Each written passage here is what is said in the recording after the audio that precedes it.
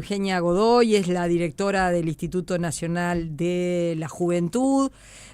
Tiene, podríamos decir, dos condiciones. Es mujer y es muy joven. Algo nada habitual, no muy poco, nada habitual en la política. Joven y mujer. Bienvenida, Eugenia. Un gusto tenerte en Palabras Cruzadas. Bueno, buenas tardes. Muchas gracias por la invitación. Diría que es poco habitual, pero que igual este gobierno igual tuvo una apuesta muy fuerte en poner a mujeres, a muchas mujeres. Si vemos a nuestro gabinete de ministras, hay un montón. Y también de mujeres jóvenes en otros lugares del gobierno, así que me parece que hubo una apuesta general en ese sentido. Sí, estuvimos con Julieta Sierra hoy tempranita, unos días, hace unos días, y y hoy estuvo en Informativo Sarandí. Sí, efectivamente, justo se me vino ella a la memoria. Eugenia, me imagino que evidentemente muchísimos desafíos. Estoy pensando, por ejemplo, en el tema del empleo. Los jóvenes duplican la tasa de desempleo de la sociedad y se conoció por estos días una ley de empleo juvenil. El Uruguay ya tenía una ley de protección al empleo, ahora hay una ley de empleo juvenil que se proponen instrumentar y que efectivamente dé resultados. Bueno, este gobierno, como les decía, tiene dentro de sus prioridades una medida que es la creación de 12.000 puestos de trabajo de empleo protegido para jóvenes, atendiendo esta situación que vos decías, que el desempleo juvenil es 3 veces mayor en la franja de 18 a 24, y de que en realidad el trabajo, ¿no?, como estructurante de la vida, repercute en un montón de cosas, en que los gurises no puedan muchas veces seguir estudiando porque si se preocupan por conseguir trabajo o trabajos que muchas veces son sumamente precarios, no pueden continuar con las trayectorias educativas, no pueden acceder al mercado de vivienda formal, un montón de cosas que se empiezan a arrastrar. Y en ese sentido, el gobierno, para atender esto, se empezó en este proceso. El primer paso fue impulsar las modificaciones a la ley de empleo que se llevó adelante por el Ministerio de Trabajo.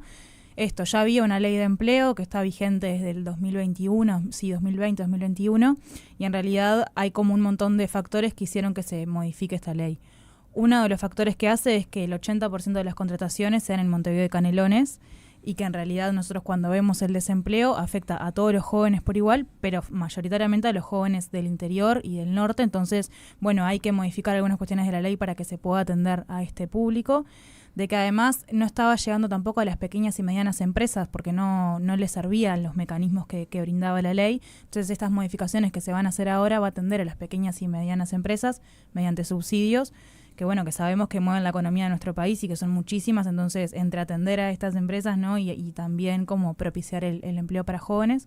Así que yo creo que esta ley va a presentar resultados muy favorables para atender a esto que es una realidad que nos preocupa, el hecho del desempleo juvenil, que no es nuevo, que no es de este año, del año anterior, sino que es un problema que es estructural de nuestro país, pero que hay que empezar a avanzar y dar señales de que nos preocupa y que nos ocupamos de esto también. ¿Y qué beneficio tiene una empresa si contrata a un joven mayor de 18 años? Lo que se va a hacer es mediante fondos que ya existen, como el de reconversión laboral y ya fondos que existen ahora mediante la ley de empleo juvenil, con un foco particular, esto es como gradual, pero con un foco particular en pequeñas y medianas empresas y también en grandes empresas, es subsidiar como una parte de lo que tiene que ver con el salario de alguna manera. Entonces, en realidad, nosotros hoy lo que nos sucede es que, claro, muchas de estas y también hay como un requisito que es que las empresas no hayan echado, en 90 días no hayan sacado a un trabajador de ese rubro que van a contratar, porque, queremos cuidar y no vulnerar los derechos de ningún trabajador y trabajadora. Entonces, esos son como uno de los beneficios que van a haber, y me parece esto que es como muy importante porque es incentivar a que se contraten jóvenes. La ley en realidad es una ley integral, tiene un capítulo específico de jóvenes, pero también un bloque para personas cincuentonas, que yo a veces por ser del INJU no hablo mucho de este público, pero que también está bueno porque la ley lo contempla, que en realidad eso muchas veces pasa, que las personas después de los 50 se quedan sin trabajo y no pueden, es muy difícil después que consigan uno, y por eso esta ley los contempla, y también a personas con discapacidad, mujeres jefas de hogar que sufrieron violencia y demás. Ahora, esto, Eugenia, que hablamos del desempleo juvenil, también tiene una pata educativa, ¿no? Porque está conectado con los gurises que no logran terminar el liceo, si vamos a la escuela con aquellos que también tienen problemas para ingresar a estudiar. ¿Qué mirada tenés y qué mirada tienen desde el INJU también, ¿no?, con este componente de la educación? Muchas patas tiene esto. Por un lado, en realidad, muchos estudios lo que dicen es que los gurises muchas veces dejan de estudiar para conseguir un trabajo y entran en un círculo vicioso en el que tampoco consiguen trabajo y a su vez abandonarán los estudios. Entonces, es importante como atender esto, ¿no?, con programas que lo que hagan es que los gurises continúen estudiando y que a su vez también puedan tener un ingreso. Lo que se va a hacer es la ampliación del programa Yo Estudio y Trabajo, que es un programa que es muy conocido, que lo que hace es para gurises entre 16 y 20 años que están cursando estudios, se les da una pasantía laboral que lo que está bueno de esto es que atiende esto, ¿no? Que los gurises sigan estudiando al mismo tiempo que tienen un trabajo. Y en realidad es algo que nos preocupa y que está bueno este tipo de programas que se van a seguir ampliando porque atiende dos necesidades, que es esto, que continúen con las trayectorias educativas y que al mismo tiempo tengan un trabajo.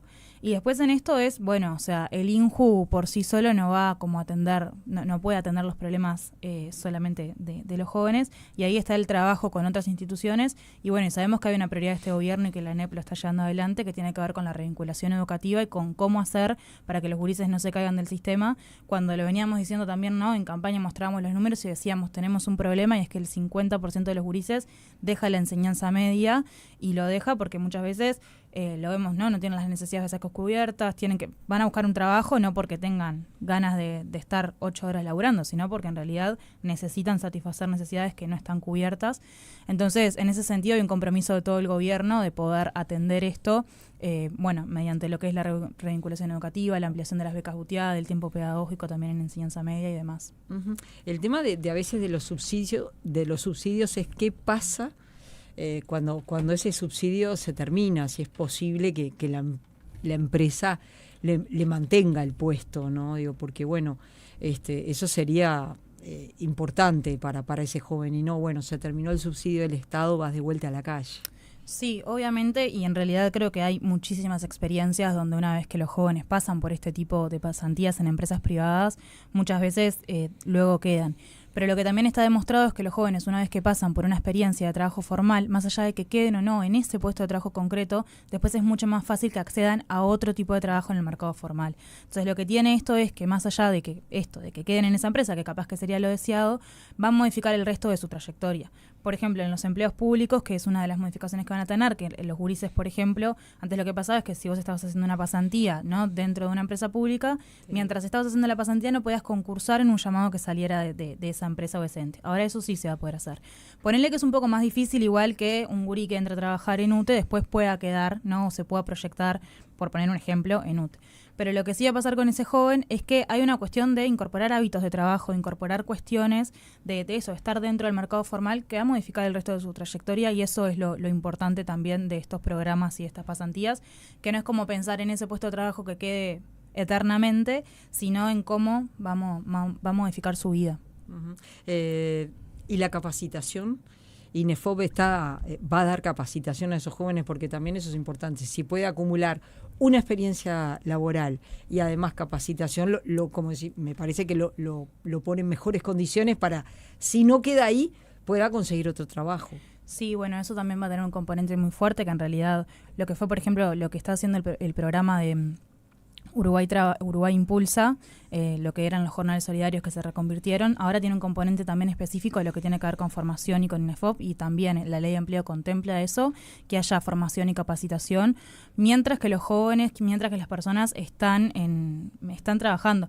La otra vez en una conversación, en una reunión, Lucía Topolansky decía justamente esto, ¿no? Lo importante que es que la formación y que la capacitación que se da desde INEFOP esté durante el proceso donde uno está trabajando, porque muchas veces cuando las personas quedan desempleadas es en el momento en que están más jodidos, con la cabeza en un montón de cosas. Entonces está bueno en esto de pensar en la formación y en la capacitación en momentos donde la persona está trabajando en sí misma y no en ese momento como de suma fragilidad. Entonces la ley lo incorpora, otros programas de empleo protegido también están incorporando este componente de tener la capacitación y la formación, que es algo que que INEFOP viene insistiendo en cómo lo pensamos para toda la vida, que en este mundo de tantos cambios también creo que vemos la necesidad de ir incorporando distintas habilidades para el mercado de trabajo. Queda claro que Uruguay es un país cada vez más envejecido, de hecho, ¿no? Tenemos pocos niños, pocos nacimientos, y mientras te escuchaba pensaba, porque durante mucho tiempo se decía, no, los temas de los jóvenes, ¿no? Como si estuvieran en otro lado, que si estuvieran en otro carril o fueran por otro carril, cuando en realidad estamos hablando de salario, de empleo, de educación, de vivienda. Son todos temas que en realidad nos involucra a todos, a los jóvenes, a los más grandes, a los adultos también. O sea, no hay una clasificación de temas para jóvenes porque estamos hablando de todo lo mismo, ¿no? ¿Cómo lo ven ustedes desde el INJU trabajando para los jóvenes estos temas, por ejemplo? Bueno, sin dudas. Nosotros lo que dijimos es no queremos pensar solamente en políticas de culturales y deportivas y que a eso se aboque lo que tiene que ver el INJU, porque a los jóvenes le atraviesan un montón de cuestiones en su vida. Entonces, cómo trabajar y articular con otros y otras. El INJU tiene esto de que ejecuta programas, pero que a su vez es rector de políticas de juventud y que a mí a veces digo como, bueno, me cuesta un poco explicar incluso como a gurises y gurisas qué es esto de ser rector de políticas de juventud, que es como poder incidir con otros organismos, con otros ministerios en la decisión de esto. Es esto que os decía, nosotros estamos en una población cada vez más envejecida y en ese sentido lo que nosotros hicimos hace unas semanas fue presentar un Consejo Interinstitucional de Juventudes que lo que hacemos es reunir a distintos ministerios, ¿no? Ministerios, la ANEP, INAU y NISA, para articular las políticas destinadas a jóvenes. Lo que presentábamos nosotros es esto, nosotros estamos ante una transición demográfica que es como compleja, o sea, siempre se dijo que Uruguay es una sociedad envejecida. Hoy los jóvenes representan el 23% de la sociedad y los datos del INE dicen que para el 2050 los jóvenes van a representar más o menos el 15%. Entonces, una cosa es decir, bueno, los datos capaz que los números no son muy alentadores, pero en eso presenta como un desafío y un compromiso político decir, bueno, no importa cuántos sean, sino el lugar que ocupan. Esto mismo que decimos cuando hablamos de pobreza infantil, o sea, si nacen 3.000 gurises por año, no podemos no tolerar que exista pobreza infantil, o sea, pobreza en niños. Entonces, en ese mismo sentido es como, bueno, ¿qué es lo que hace el INJU? Generar estos espacios donde se pueda ser más eficiente con los recursos del Estado y articular con otros organismos para dar respuesta a los problemas de los jóvenes que están vinculados a lo que tiene que ver con trabajo, con vivienda, con seguridad, entre otras cosas. Y te agrego otro tema fundamental que atraviesa toda la sociedad, que es el de salud mental, ¿no?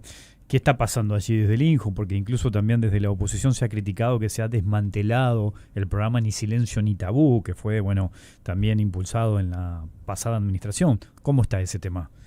Bueno, el compromiso de salud mental es un compromiso también de gobierno y en ese sentido lo que se hizo en este presupuesto fue garantizar que el programa pudiera sostenerse. El programa de salud mental de Ni Silencio Ni Tabú fue un programa que se creó en 2024 mediante la Ley de Salud Mental, donde se le otorgaron fondos y estaba previsto que los centros que estaban funcionaran solamente hasta 2026. Lo que se hizo con mucha voluntad política por parte del INJU y del Ministerio de Desarrollo Social fue garantizar la sostenibilidad de esto, otorgando e institucionalizando este programa que ahora tiene asegurado su presupuesto, que eso no estaba. Entonces, por un lado, se consolidó presupuestalmente este programa y se van a poder mantener estos centros que ya existen y a su vez se hizo una ampliación de presupuesto dentro del instituto y también por parte del Ministerio de Salud Pública y de organismos departamentales en esto de decir, bueno, cómo trabajamos conjuntamente en dar una respuesta a salud mental. Este año, en este periodo, en esta gestión, se van a ampliar los centros de Ni Silencio Ni Tabú. Nosotros este año vamos a contar con al menos 2 inauguraciones de centros y van a haber otras ampliaciones para poder seguir dando respuesta a un programa que es importante porque lo que sabemos es esto, que los números nos demuestran que hay un panorama complejo en cuanto a la salud mental y bienestar de adolescentes y jóvenes. Cada vez que se presentan los datos tanto de suicidios como de intentos o autolesiones por parte del Ministerio de Salud Pública, nos preocupa la franja etaria fundamentalmente de 14 a 24, entonces por eso hay que seguir generando este tipo de iniciativas. ¿Dónde serán esos centros que van a inaugurar? Va a haber uno que va a ser en Salto y otro en La Valleja y estamos trabajando para poder generar algún otro en el área metropolitana este año y después se vendrán muchos más. ¿Y esos cuándo? ¿Ya tienen fecha de cuándo se va a inaugurar eso? Van a ser a partir del segundo semestre. ¿De este año? De este año. El ex subsecretario de Salud Pública, Sadjian, hoy diputado del Partido Nacional, señaló que a partir del programa Ni Silencio Ni Tabú había un conjunto de intervenciones precisamente en departamentos del norte del país. Él menciona Artigas, Rivera, Salto, Paysandú, también de Río Negro, también Durazno, San José, y dice que un conjunto de intervenciones que se hacían en 2024 pasaron a 0 intervención en 2025. ¿Qué pasó allí? Bueno, nosotros lo que explicamos es que el programa pasó por distintos momentos. Lo que es Ni Silencio Ni Tabú empezó siendo una campaña de movilización, donde lo único que se hacían eran talleres y como esto, estrategias de movilización, ir a liceos, usar un kit que existe, y luego pasó como a consolidarse como programa y a tener los centros que hoy existen. Hoy hay 7 centros de atención en distintos puntos del país, en Río Negro, en Melo, en Florida, en Rocha, en Canelones, en Montevideo, y en ese sentido el programa fue pasando por distintas etapas. Lo que tuvo que ver con el 2025 fue donde los centros en realidad son sumamente nuevos, algunos apenas cumplieron 1 año de apertura, 1 año y medio, había que consolidar ese nuevo dispositivo que era una forma nueva de trabajar por la salud mental y estuvo abocado 100% a la instalación de esos centros, pero también se llevaron adelante distintas actividades de movilización y de prevención. Lo que sí hubo fue un cambio en la estrategia que no significa, ¿no?, una desmovilización o un no atender esta temática cuando se consolidó en términos presupuestales, cuando se está garantizando la apertura de nuevos centros. Lo que nos parece también importante es, bueno, cómo hacemos que estas actividades, que estos talleres que se llevan adelante en todo el país sean llevados adelante también como profesionales, ¿no? Y en ese sentido lo que nosotros vamos a instalar ahora es distintas personas que van a llevar y que van a generar movilización en el norte del país y en otros departamentos de nuestro país, que van a estar contratadas específicamente para llevar adelante actividades de sensibilización, de promoción de salud mental. Uh-huh. Eso es lo que va a suceder también en articulación con otros organismos del Estado. Lo que pasaba antes es que los técnicos de INJU lo que hacían, o sea, tenemos distintos referentes en los territorios, llevaban adelante solamente el programa de Ni Silencio ni Tabú, algunas otras cosas también, pero fundamentalmente eso, y nosotros hicimos un cambio de estrategia donde también queremos que esos técnicos trabajen por otros temas que hacen a los jóvenes.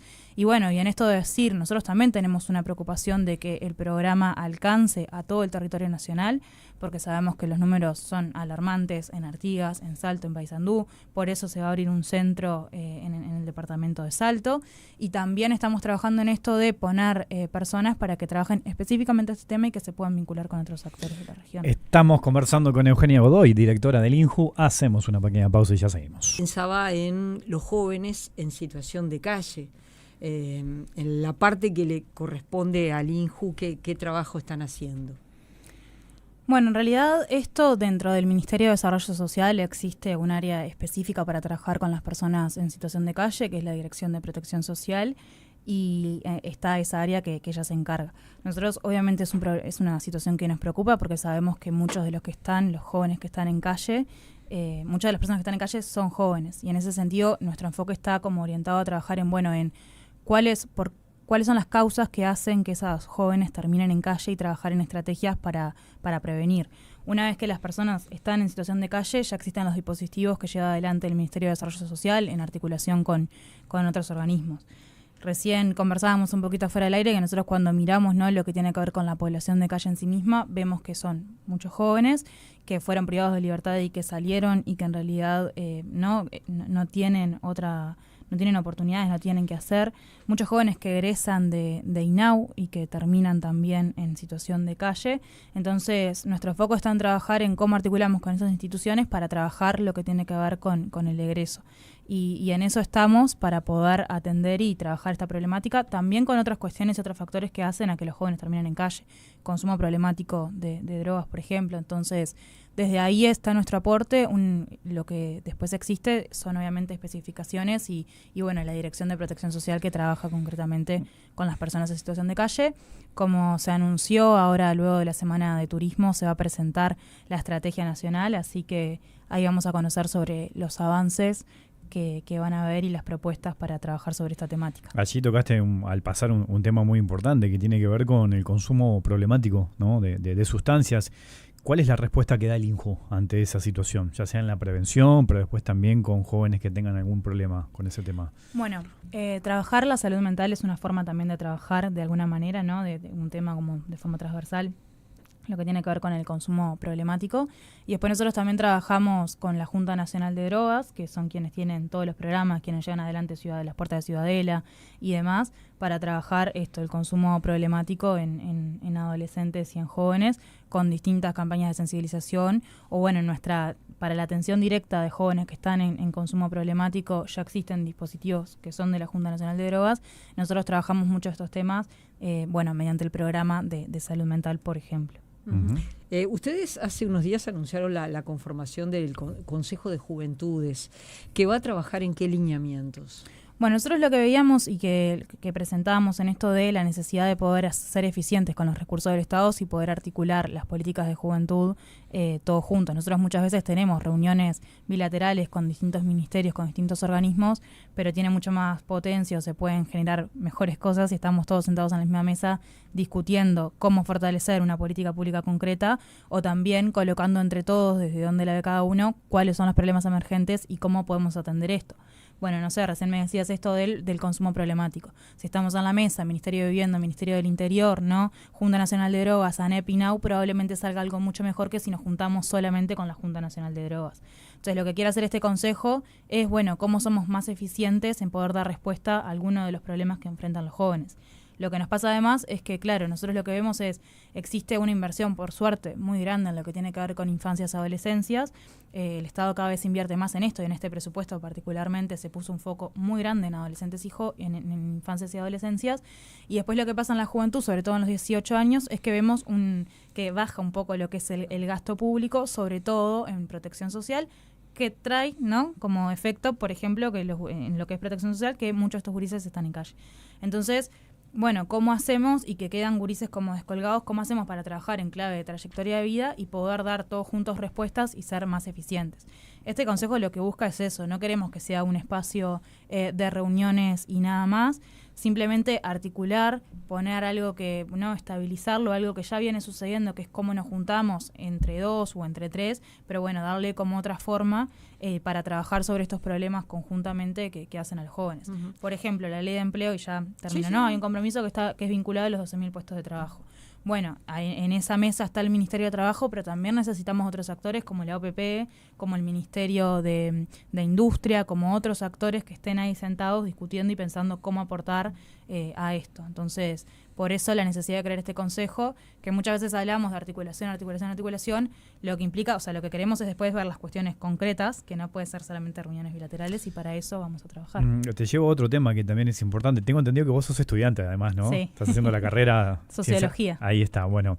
Lo hemos hablado incluso con el rector Cancela, en su momento con Arín, cuando era rector.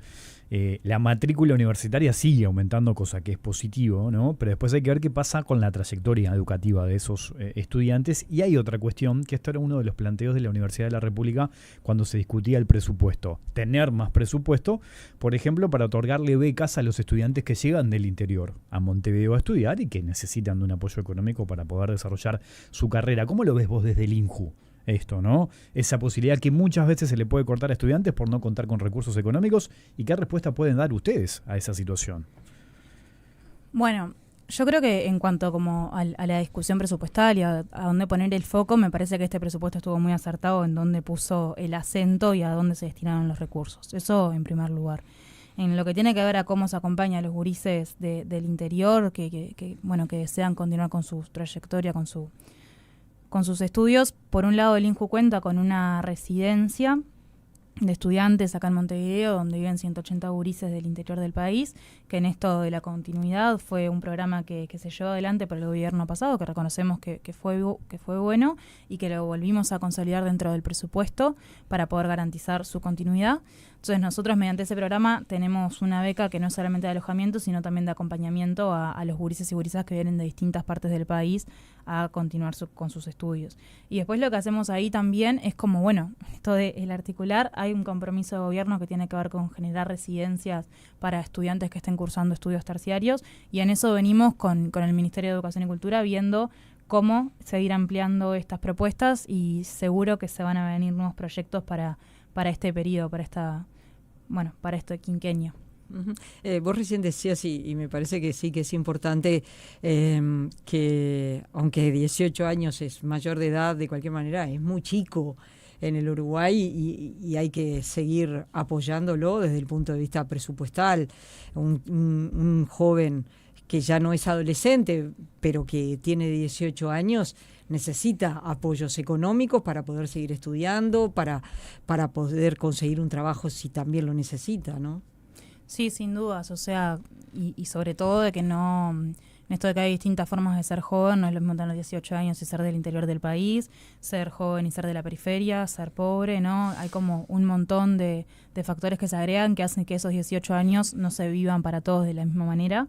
Y bueno, la necesidad esto de tener políticas de empleo que las va a haber, de vivienda también, con lo que son los subsidios, con lo que se presentó dentro del plan de vivienda, los subsidios de alquiler, también garantizar entornos seguros. Me parece que a veces cuando hablamos de políticas de juventud también es pensar que no necesariamente tiene que decir joven para que sea una política que después termina incidiendo sobre la vida de los jóvenes. Por ejemplo, lo que tiene que ver con el programa Más Barrios, capaz que en ninguna parte dice juventud en sí misma, pero va a terminar teniendo un efecto importantísimo, sobre todo los gurises y gurisas que viven en algunos de estos barrios que se va a incidir. Entonces, nada, sin dudas que es como muy importante trabajar en esta clave. Y me parece importante decir esto, que cuando pensamos en las políticas para jóvenes o en esto, muchas veces hay otras medidas que se van tomando que terminan, obviamente, afectando la vida. Pensaba, la pobreza multidimensional, el principal componente que tiene es el problema de la vivienda.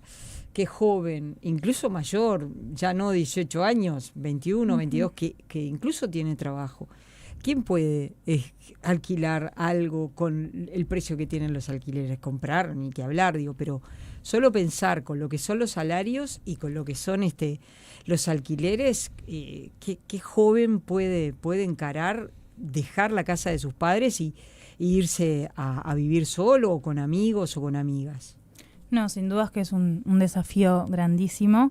Creo que hay algunas políticas que van en línea de poder atender esto mediante programas de empleo, pero también con esto que les decía, con un compromiso del Ministerio de Vivienda mediante subsidios de alquiler y otras medidas que van a seguir saliendo y programas para poder atender esta situación, porque sabemos que es muy complejo poder acceder para un joven y para también otras personas a lo que tiene que ver el mercado de vivienda. Te llevo a otro tema importante, ¿no? Que tiene que ver con la violencia de género, con la violencia doméstica. Por ejemplo, el Ministerio del Interior hace poco, cuando presentó las cifras de delitos, bajaron todos menos 2, ¿no? Abigeato y violencia doméstica, ¿no? Y acá te lo llevo a la violencia de los jóvenes, ¿no? La violencia de género, la violencia instalada en sí.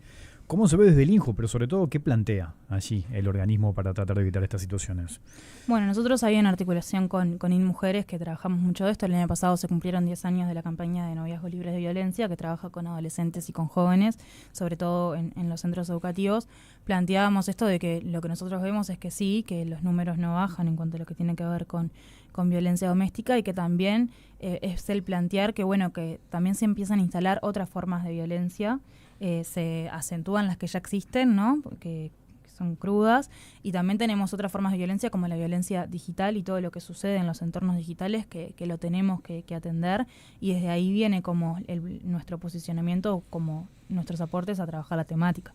Nosotros este año, en agosto, salen los números de la Encuesta Nacional de Adolescencias y Juventudes de la ENAG, que lleva adelante el INJU, que también va a arrojar algunos datos en este sentido, y ahí lo trabajaremos conjunto con InMujeres para pensar cómo seguimos fortaleciendo, por ejemplo, estos programas como Noviazgos Libres de Violencia, que trabajan los centros educativos con adolescentes, en cambiar prácticas, en empezar a instalar otras dinámicas en lo que tiene que ver para la prevención de la violencia. Y esto, y fundamentalmente, ver cómo se van incrementando algunas cuestiones y cómo también aparecen factores nuevos que tenemos que atender. La violencia digital es una de estas, por ejemplo, que hay que atender todo lo que sucede en el entorno digital. Ahora sabemos que... ¿Ustedes ya identifican allí en ese escenario también episodios de violencia o que van a aumento en el escenario digital, digamos? Sí, sin dudas, y por eso hay ahora un proyecto que tiene que ver con lo que es la regulación del entorno digital, y se va a empezar a discutir en el Parlamento, y parece que hay consensos y acuerdos de todos los partidos políticos, porque es algo que preocupa y que también vemos que va en aumento. Uh-huh. Eugenia Godoy, directora del Instituto Nacional de la Juventud, del INJU, gracias por haber venido esta tarde a Palabras Cruzadas. Bueno, muchas gracias a ustedes.